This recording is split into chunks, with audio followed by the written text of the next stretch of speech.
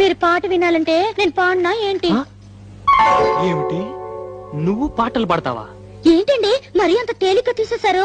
మా ఆశ్రమంలో ఫంక్షన్లు జరుగుతున్నప్పుడు పెద్ద పెద్ద వాళ్ళు వచ్చినప్పుడు నా చేత పాటలు పాడించేవారు.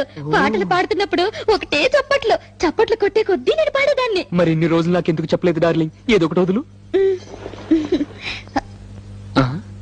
తలుపులు ముయ్యండి. ఏ ఎవరిని వింటారనా? కాదండి, నా పాట మీరు తప్ప మీరు ఎవ్వరూ వినకూడదు.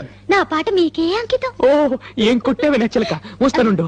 నీ పాట నాకే నాకే అంకితం. ఓకే, ఏది పాడు.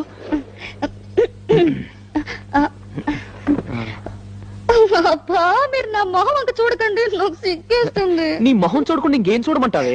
మీరు వెనక్కి తిరగండి. నా దగ్గర ఎందుకు సిగ్గు? మీరు వెనక్కి తిరుగుతాను, నా పాడతాను. ఓకే ఓకే ఓకే, నా వీపు చూసి పాడు పాడు. ఆహా. దేవుడా దేవుడా అమ్మా నాన్న